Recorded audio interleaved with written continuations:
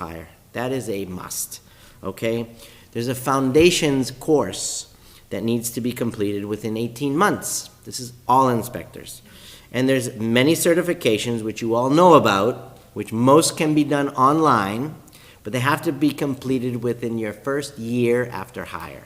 You cannot take 2 or 3 years to do these. And these include systems inspector, food inspector training, housing inspection training, certified pool inspector, lead determinator. All of these need to be completed online with certificates within a 1-year period.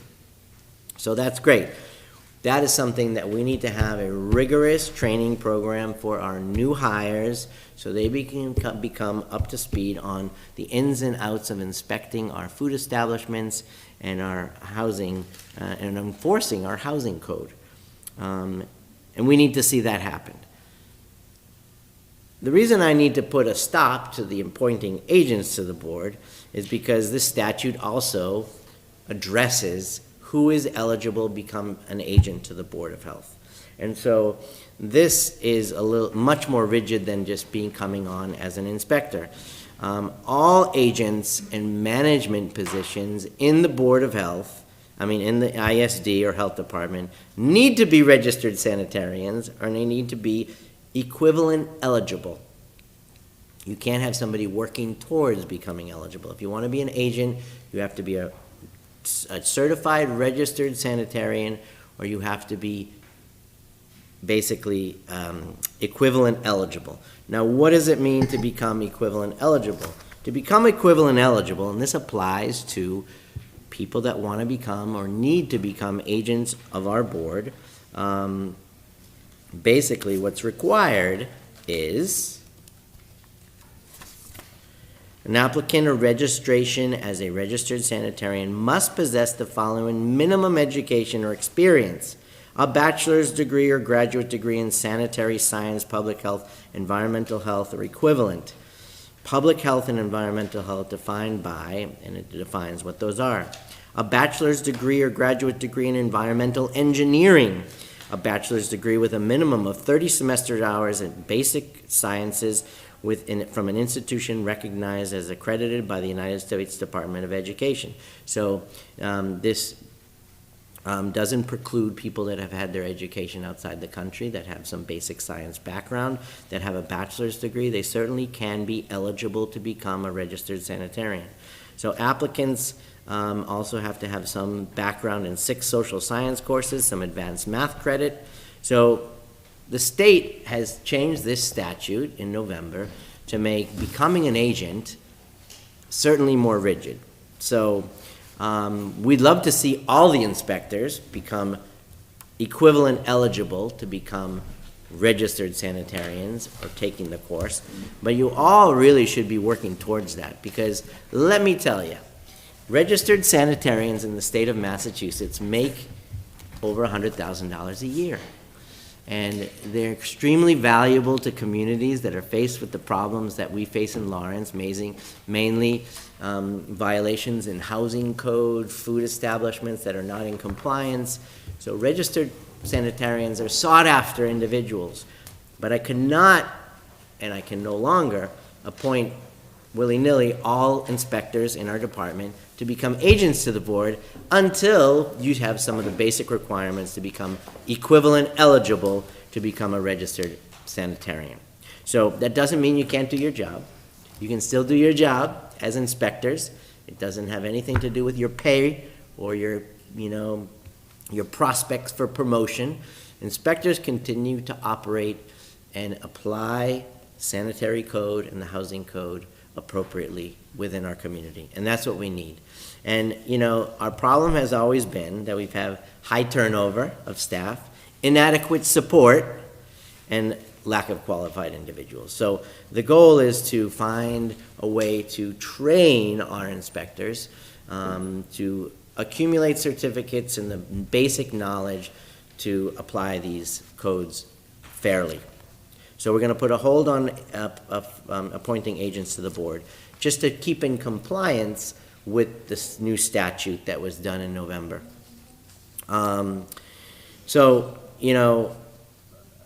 we just, I mean, there's gonna be some meetings coming up predominantly about our food establishments. We got a lot of food establishments that are not in compliance.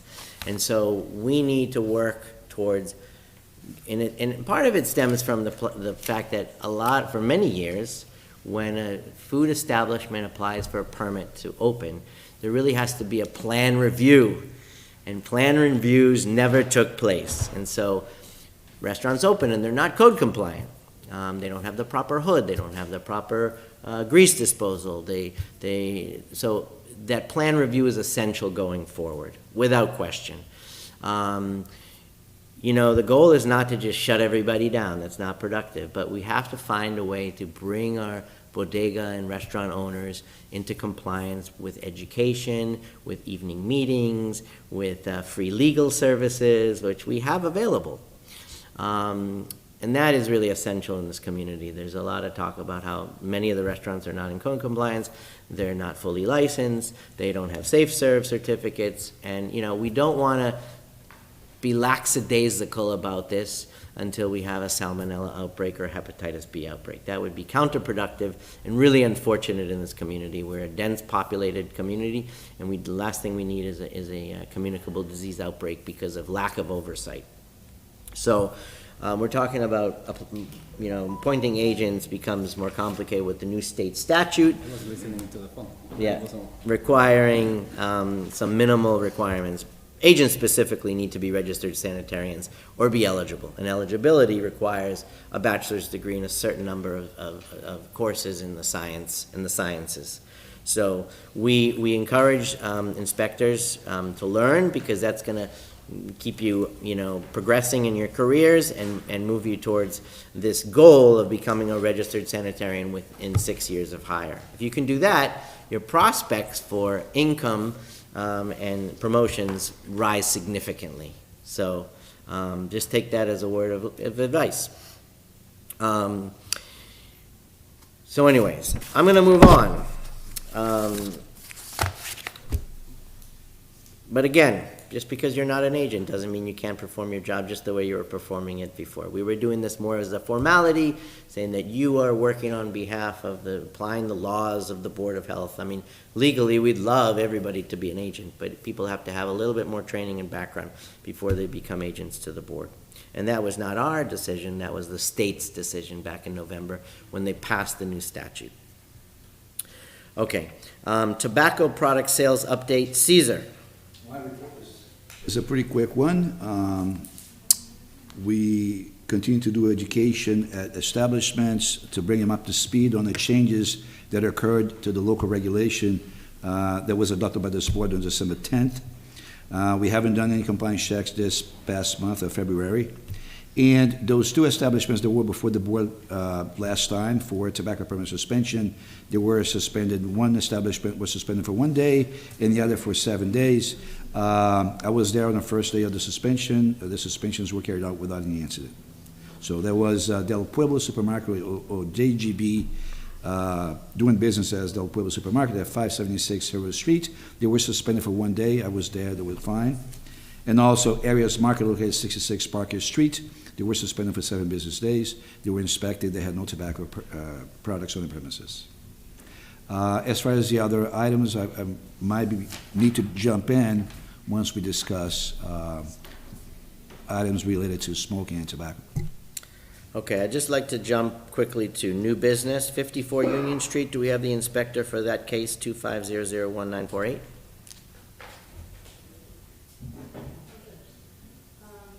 I'm speaking on behalf of our director, Pat Ruiz, that the new business should be tabled because we don't have enough information for that inspection.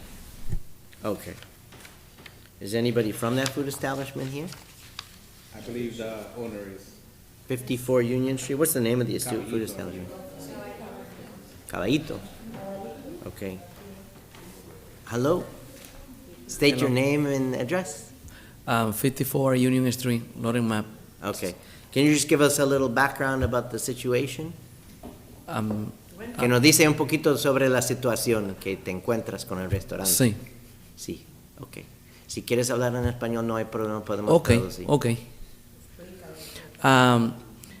Yo vine a mediados de diciembre para empezar el proceso de renovación de mis licencias, pero entonces el dueño del building tiene una deuda de taxes y agua y no me han podido renovar la licencia. Okay, so he came in December to start renewing his licenses, so es un edificio que no es el tuyo.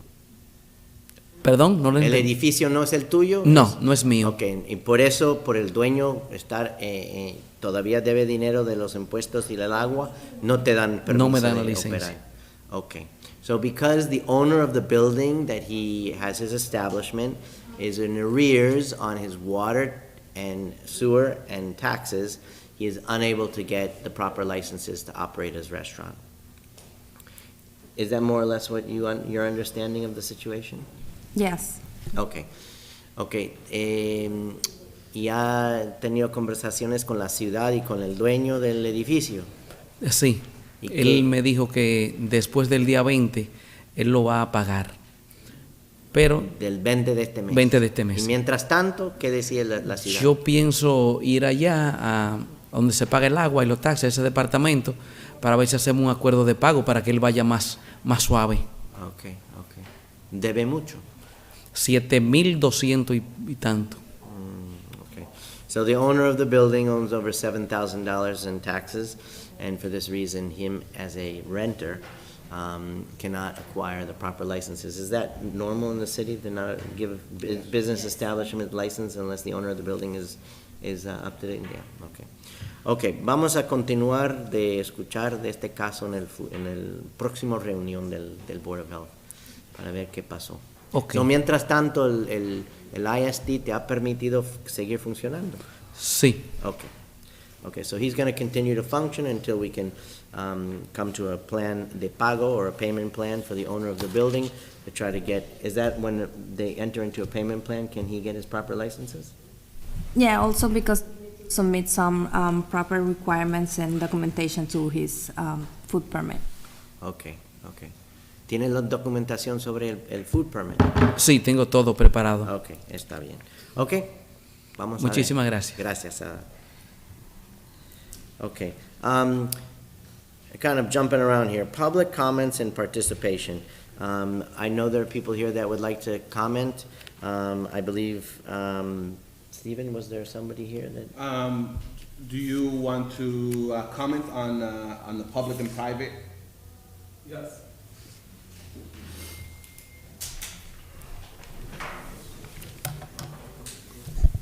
So this is, he's commenting on the discussion of private versus public workplace smoke consumption that was tabled. Yes, sir. So, Honorary Councilman, State your name Oh, yes. and address, please. sorry. John L. Hulu, 145 Amesbury Street, St. Anthony's Maronite Church. Okay, you got a couple minutes, okay? Thank you. Honorary Councilman, Councilwoman, I am here today to speak on the important topic of the ban of smoking hookah, especially private events, and outdoor spaces. The cultural use of hookah or shisha is deeply rooted in Lebanese society and has become an integral part of the social gatherings and communal experiences. The practice of smoking flavored tobacco through this water pipe is not only a popular pastime, but also serves as a symbol of hospitality and connection among friends and family. In Lebanon, smoking hookah is often seen as a common activity. People gather in cafes or homes to enjoy shisha while engaging in conversation, playing cards, or watching sports. These gatherings provide a relaxed atmosphere where individuals can bond and share experiences. Lebanese hospitality shines through the act of offering shisha to guests. It is customary to serve hookah as part of welcoming visitors, reflecting the importance of community and hospitality in Lebanese cultures. Typically, the host will prepare the hookah and serve it to guests, emphasizing the importance of bonding and shared experiences.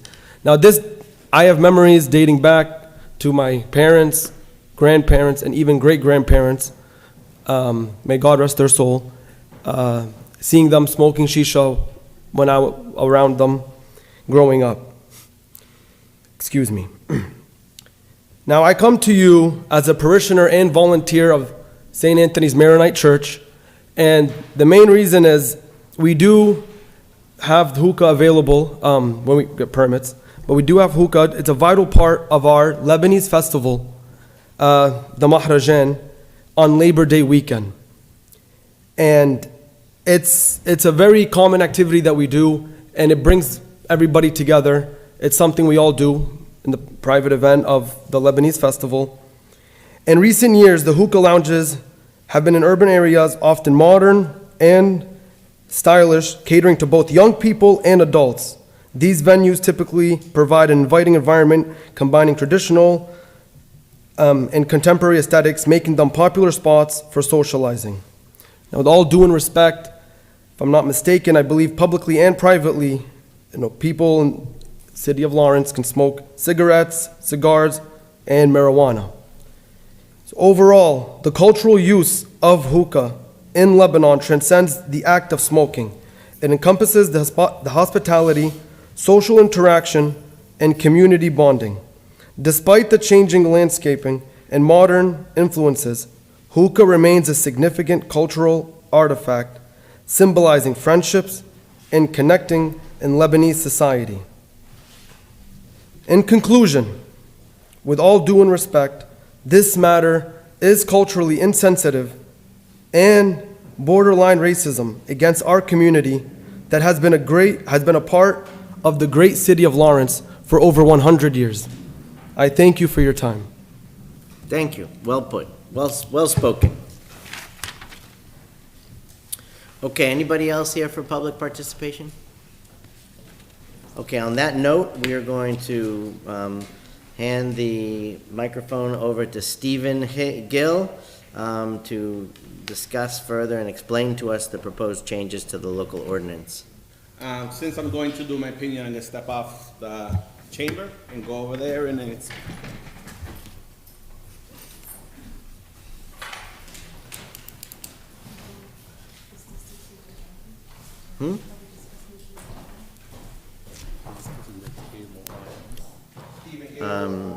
This is not a tabled item. Is this a tabled item?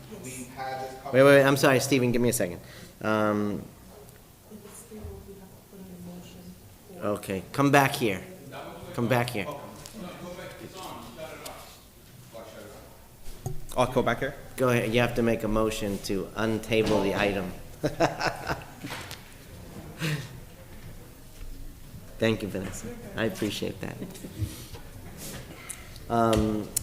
So in order to discuss this further, we have to untable the motion, untable the line item from our last meeting. So do I have a motion on the floor?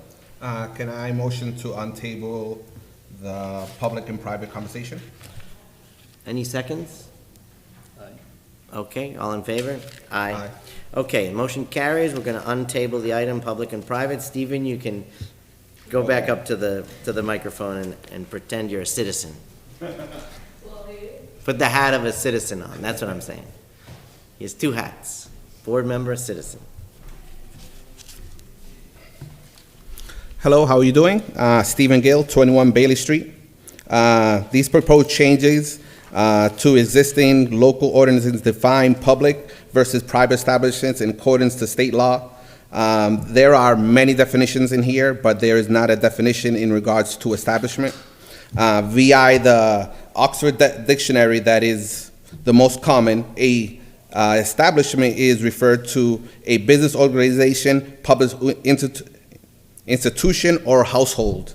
I feel that's so vague. The way this law reads, you can actually give a fine for somebody smoking hookah outside in their yard or in their private residence. I believe it's very gray, so I would like to get a clear separation between public and private. We do have many groups that have been enjoying hookah for how long have you been? For about 100 years. The Lebanese were the first ones here, and they've been doing that for many years. We are a new culture with new laws. I feel that it's very culturally insensitive. It is important to define the term establishment in a clear and concise manner, as not to infringe upon the private rights of the citizen and residents of Lawrence. As written in the ordinance, it is vague and undefined and will create future problems with this board. It is and its agents or first responders' ability to enforce. A health board has the right and privilege to create responsible health regulations. Being in the healthcare field, I feel this is so culturally insensitive for the public good. The board's power should always be measured and principled, established when potential infringement upon citizens and residents' personal privileges and rights. So what I want to add, the language establishment should refer to any business, organization, and/or public institution open to the general public, subject to MGL C27S22. Thank you very much. How is establishment defined presently in our, Our local regulation doesn't define establishment, and I checked with Cheryl Sabara, and she's an attorney with Mass Association of Health Boards. She's also a tobacco control person. She understands about these things. I also checked with Lisa Stevens. She is an attorney with the Mass Municipal Association. I asked him whether there's a definition for establishment at the state law. There isn't one. Usually, the definition is based on the type of establishment. They can have a definition for retail tobacco store, they can have a definition for a private club, but they don't have a definition for establishment. But I think that, if I may, I think that trying to come up with a definition for the word establishment as a way to solve a different problem, I think it may be the wrong way. I don't think we need a definition for establishment. And this discussion has nothing to do with private or public. State law and local law allows both the state government and local municipality to regulate private and public places. Now, the concern that was voiced by Stephen the last time was that, hey, we don't want, us to go in and serve fines for people smoking in our own residences. The state law provides an exception clear. I'm going to read it to you. This is from the state law. This is regarding private residences and smoking private residences. It's one of the exceptions of the state law that covers smoking, which is MGL 270, Section 22. This one says the following: private residences, except during such time when the residence is utilized as part of a business, as a group child care center, school-age child care center, school-age day or overnight camp, or a facility licensed by the Department of Early Education in care of healthcare-related office or facility. So other than those times, they can have smoking. If it is a private residence, they have the right to smoke in their residence, and we don't regulate smoking in private residences. So there's no need to go and create a definition for the word establishment, because it won't make a difference here. Also, so if the goal, you have to look at the goal. Okay, what the goal is to allow private clubs to do what they want. If the goal is to allow private clubs to have smoking, it's a different story altogether. Private clubs and private events, because they have a private event. Well, let me address what they brought up here first, okay? So what they brought up is not a facility, it's like an event that happens every year, correct? Yes. You want to offer people the chance to smoke hookah pipes, right? That is not prohibited under the regulations, so long as that is not carried out within an enclosed workplace. If it is an enclosed workplace, it is restricted. You can't smoke in a workplace that's enclosed. What is an enclosed workplace? Let's say, for example, there's a tent. If there's a tent, at least two sides of that tent has to be open to the environment. Okay? So if you have a tent, you can have people smoking hookahs there, that's not a problem. But that's not the issue. The issue is, just like when there's an event and people are going to be offering food for sale, they'll be selling the tobacco that goes with the hookah. And the local regulation, the state law, requires you to have a physical place, fixed place, to sell tobacco products. Like, for example, a canteen truck cannot sell tobacco products because it's not a fixed location. What if they're not selling? What if they're just smoking? If they're just smoking, it's a different story. But is it what happens? Now, during this event, do you charge people for the privilege to smoke the hookah? They charge. Okay. So they're charging for the tobacco, just like they would charge for food, right? If you create food, if you have food, people are gonna be paying for those foods. That's the issue. It's So not they- whether it's private or So if they public. want to charge for hookah and charge for food, if they have a tent that's open on the side, how can they accomplish this? If they're not gonna charge people, they can smoke the hookah. That's why I want a clear separation between public and private. It's confused. I feel that, It doesn't it's solve the unfair. problem. It doesn't solve the problem, because we regulate private, Because we private regulated places. both. It's saying you can't smoke in an enclosed workplace, and when you're selling, A workplace could be any kind of place. It doesn't have to be a retail store. It could be a factory, it could be an office, it could be anything. If we get a complaint that smoking inside any kind of facility, doesn't matter what it is, a lab, I go inside and I got to inspect that, even though it's not open to the public. As a matter of fact, when I was in Cambridge, Somerville, to go into some of these places, you need to have like clearances. Okay? And I got in, it wasn't open to the public, but we regulated smoking in that place. Like we regulate other things. Like in a private club, there's food being sold, there's alcohol being sold, we regulate all of that, and it's a private club. so explain how the law can be tweaked on a local level to allow them to have their party and smoke hookah. Please, The only that's what s- we're asking you right, as so- an so the agent. only solution- That's what we're asking you as the agency. Don't beat around the bush. Don't beat around the bush. You gotta come and debate. That's what we're asking you The only as a board. solution for the case that they described, not this conversation about private and public, but what they describe, it's an event that happens every year, right? The only way that I can see is that they don't charge it. If it is an important cultural aspect of your culture, of Lebanese culture, just offer it for free. If you're gonna charge it, you don't have the license from the state, even if you tweak the local regulation, they still don't have the state license for a movable place, or like, a place that only happens once a year. So they're required to have a state license and a local permit to sell tobacco. If they're not gonna sell it, you can have it, so long as it's not enclosed. Right, so you rented the hookah, but the tobacco that comes with it, just like the food that you serve in a restaurant. It's the same idea. For food, people get, I think, during these festivals, they have to apply for like temporary permits, right? There's no temporary permits, and we couldn't give one because the state law doesn't have anything like that. They have to have a license to sell tobacco. Otherwise, they're violating state law. If we were to create like a fantasy here, like some sort of like temporary tobacco permit, would be violating state law because state law requires them to have a license. Or licenses, depending on the products they sell. So I think an easy solution would be, you can charge for everything else, but you cannot charge for people to smoke the hookah. If the hookah is an important part of your culture, I'm all in support for it.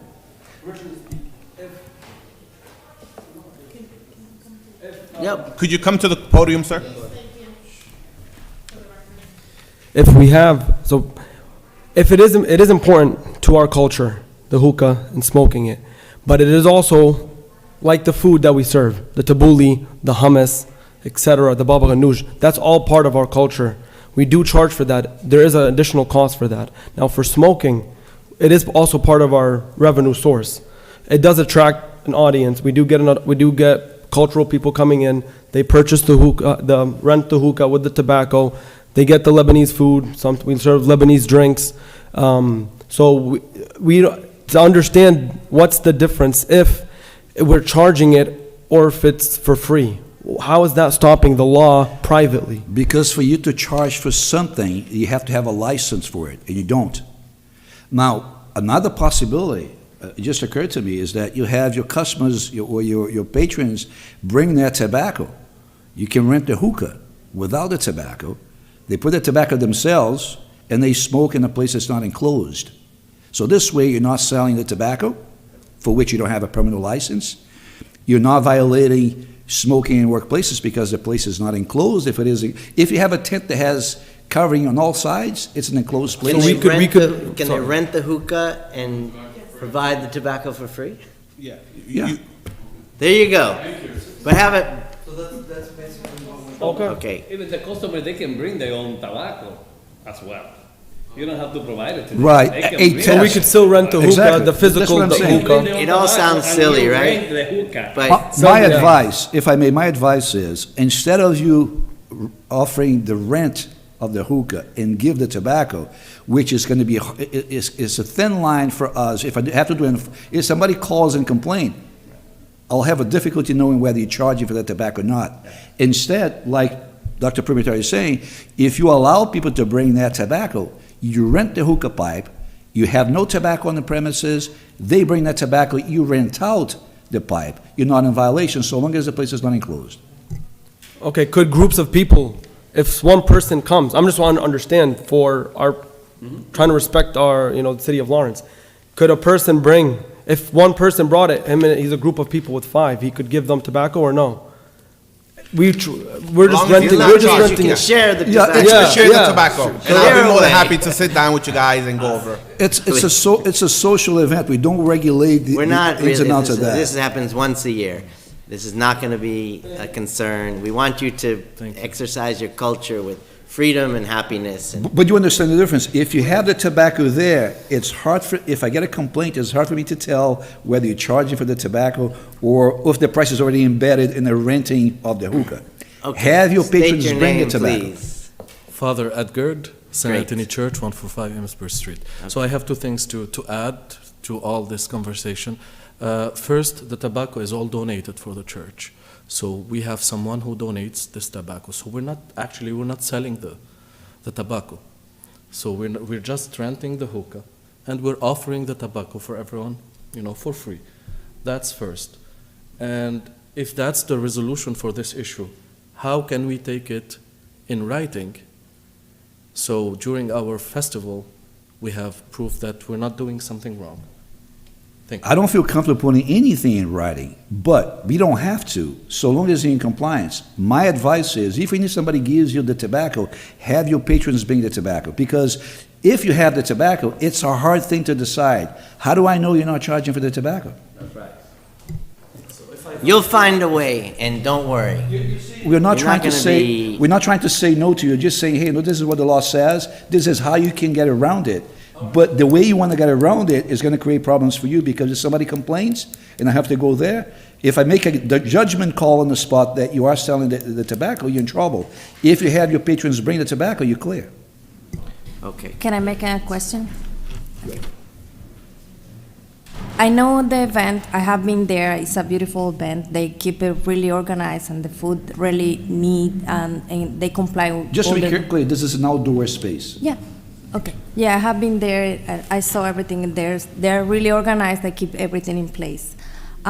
They can receive any donation for the refill, because I understand that when you rent the shisha, and sometimes you're finish the tobacco, can they receive a donation to have the shisha again? The shisha is the hookah pipe. There's no issue with the hookah pipe, if it is outside. There's no issue with the hookah pipe. The issue is the tobacco, whether the tobacco is being sold directly or indirectly to your patrons. You don't want to have even the appearance of impropriety. That's why I recommend that you have people bring. Now, if somebody donates the tobacco, they should donate for people to use Of course. right there and then, not for you to keep. Because if you're going to keep it and then you're going to rent out the pipes again, Just one put can a make it sign. cause. Rental of shisha pipe, so many dollars. Tobacco free. Okay? Very simple. No, you're not going to have any issues. Or I'll come after them. All right? I would like to see if this would be better for you in page 3 of 5 in definition 7. Smoking is prohibited in all workplaces except private club and events as defined hereon. So I do still want that change to be able to smoke in private club and events. That's still, we've gone back and forth and we still have not. Right, so that is a different discussion now. I don't see how that is a different discussion. We've been having this discussion. An outside event that happens once a year. An And event. now, so you can make your case for smoking hookah in private clubs, and I'll present the concerns that I have, and the board will decide. We're gonna go for the third time. I want to vote and add and just, let's resolve this. You can't do it because the law department hasn't even seen anything. Your definition of Your definition of established doesn't solve the problem. Well, so I'm asking my board members, not you, Caesar, thank you, to accept this, to vote on my definition. I did get it seen by some legal. If they don't like it, they bring it back to me. So I'm actually putting, to see if we can vote on this proposed change of language. Changing establishes will refer to any business, organization, or public institution open to general public subject to MGL C27S22. Okay, I'd like to Do I have a comment on that, second Mr. on that? Thank you, Caesar. I'd like to comment on that, Dr. Gorin. Do I Feel have a free. second? This definition is a problem because it excludes private clubs, but private clubs are regulated by state law and by us. So let me go on the record with my objections, and you decide as you see fit. I'll be remiss if I'm not going on the record with my objections. So I'll try to be as brief as I can. There's health concerns. One of the reasons the restriction on hookah smoking was originally adopted was to address concerns about the spread of diseases such as hepatitis and others through the sharing of hookah tips. As people are often impaired by drinking alcohol in bars, restaurants, and private clubs, they might not remember to switch the tips consistently. Therefore, allowing hookah smoking in private clubs may result in a surge of transmissible but preventable diseases. Fire safety concerns. Hookah smoking requires the burning of coals, which presents a fire hazard.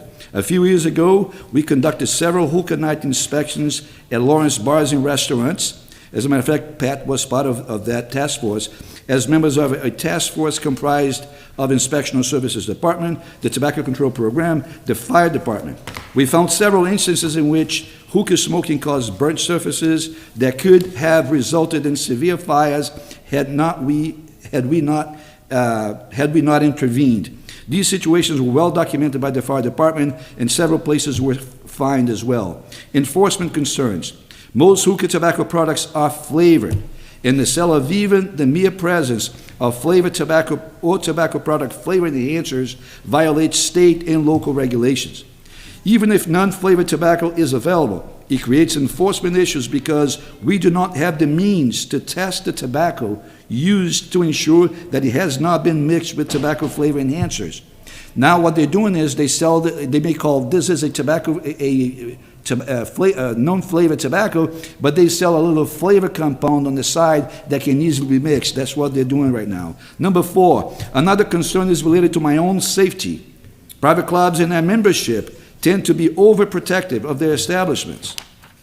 Regular hookah-related inspections are likely to be perceived as an intrusion or an unfair targeting, which would aggravate management of the clubs and the membership of the clubs and put my safety at risk.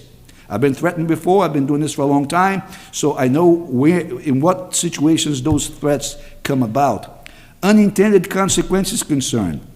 Smoking private clubs may only be allowed in not-for-profit clubs with a defined private membership, and smoking is only permitted in segregated areas not open to the public, which prevent the smoke from drifting into other areas of the law. This is an excerpt from the state law. Allowing hookah smoking in private clubs is likely to entice these clubs to operate as for-profit businesses open to the public. This will potentially result in the ineligibility of these clubs to be able to carry any smoking of any kind, because they're not open to the public and they're now for business, for profit. Authority concern. The authority of boards of health is established by MGL Chapter 111, Section 31. Pursuant to this statute, this authority is limited by the purpose of the boards of health, which is to adopt and enforce reasonable regulations intended to protect public health. Relaxing hookah smoking restrictions does not advance public health interest. On the contrary, it raises concerns about its likely detriment to the community. Therefore, relaxing hookah smoking restrictions is likely to exceed the scope of authority granted to boards of health and lead to increased liability to this board. And finally, a precedent concern. Relaxing smoking restrictions sends the wrong message and creates a dangerous precedent. These restrictions were adopted to protect public health. Now changing them to allow hookah smoking will serve as an invitation to anyone who wishes to change Board of Health regulations for personal monetary gain, despite the impact the change is likely to have on the community's health. Considering all these concerns, I strongly recommend leaving the current restrictions on hookah smoking in place. Any comments, Dr. Primitario? I have to say, I agree with Cesar almost on everything he say. I am on the side as well. So I'm very saddened because our smoke regulation person, all our laws on smoke regulations are more stringent than the state. I don't know why. I feel like agent is overpassing consistently. I feel it's a roadblock, and we're gonna have to address this.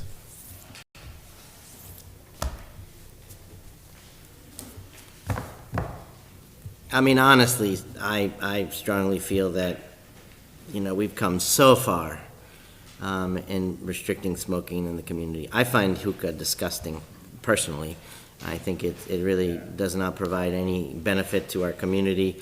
People are more than welcome to do it in the privacy of their home, but what I see is that when we open this up to private clubs, there's nothing preventing Attica from making a private club upstairs and selling memberships at the door. All of them, they would do. And they'll all do it. And before we know it, everybody will push to have a private outdoor hookah lounge. The whole city. And that is moving backwards for me. I would not support this. I mean, I don't see how changing the definition of establishment would accomplish letting private So clubs. we can smoke a cigar, we can smoke a cigarette, but you can't But smoke you can't hookah smoke a pole? cigar or cigarette In a private club, you can. We're talking about private clubs. We're not talking about the public. So to have a there's only 3 private clubs in the city of Lawrence. Well, there will be 100. No, because it's a R1. It's very difficult. I can go bring a laundry list of the requirements to do it, and I know it's gonna be tightened up after we change this law to common sense. So you can smoke a cigarette, you can't smoke a cigar.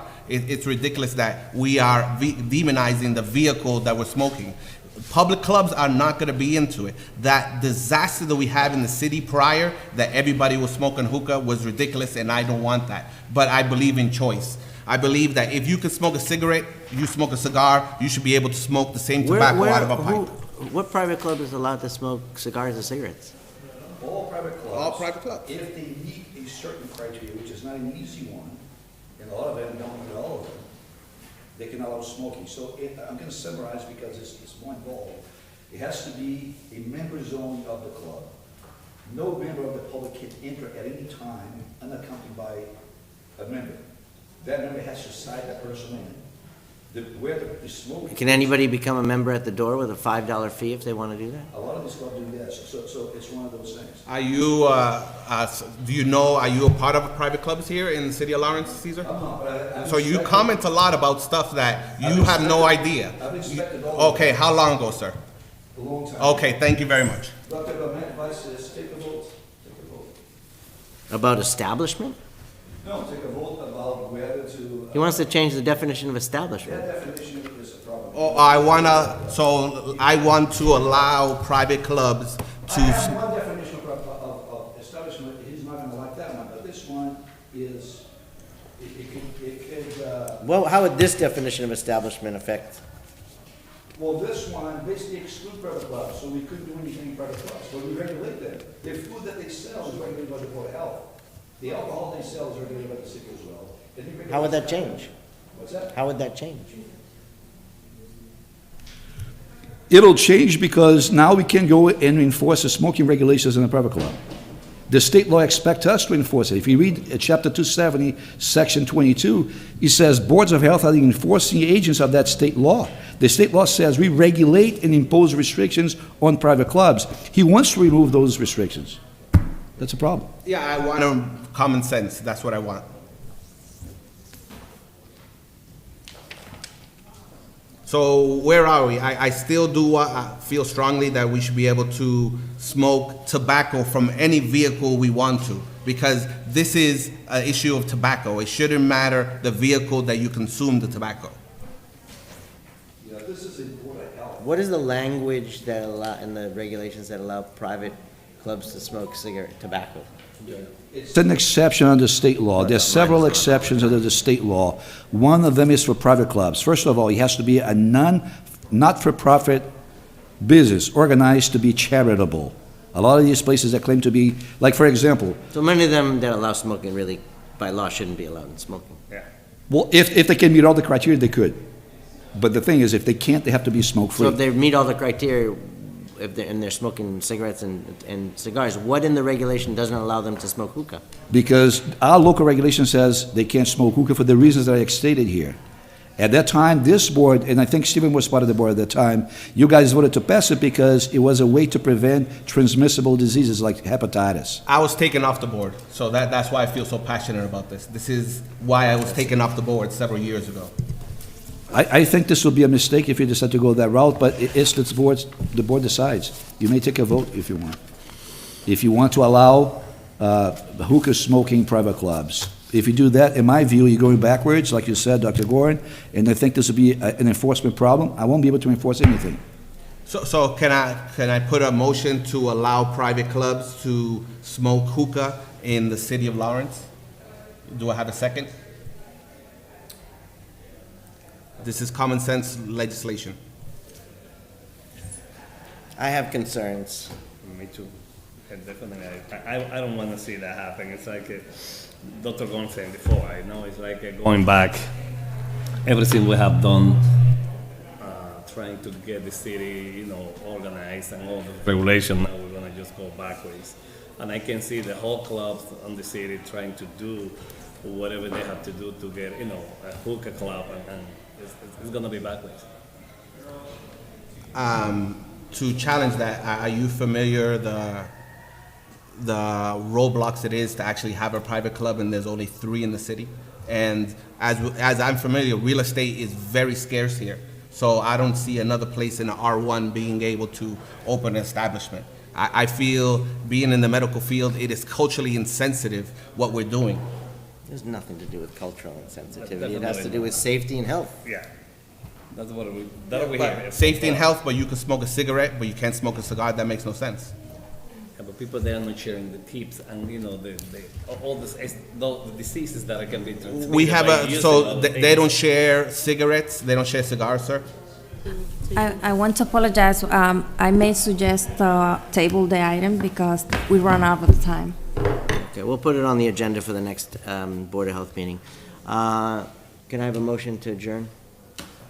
Aye. Make a motion to adjourn. Make a motion to. Okay. Second? All in favor? Aye. Thanks for coming. I'm going for CPA. All right, go for it, but it's not going to change anything.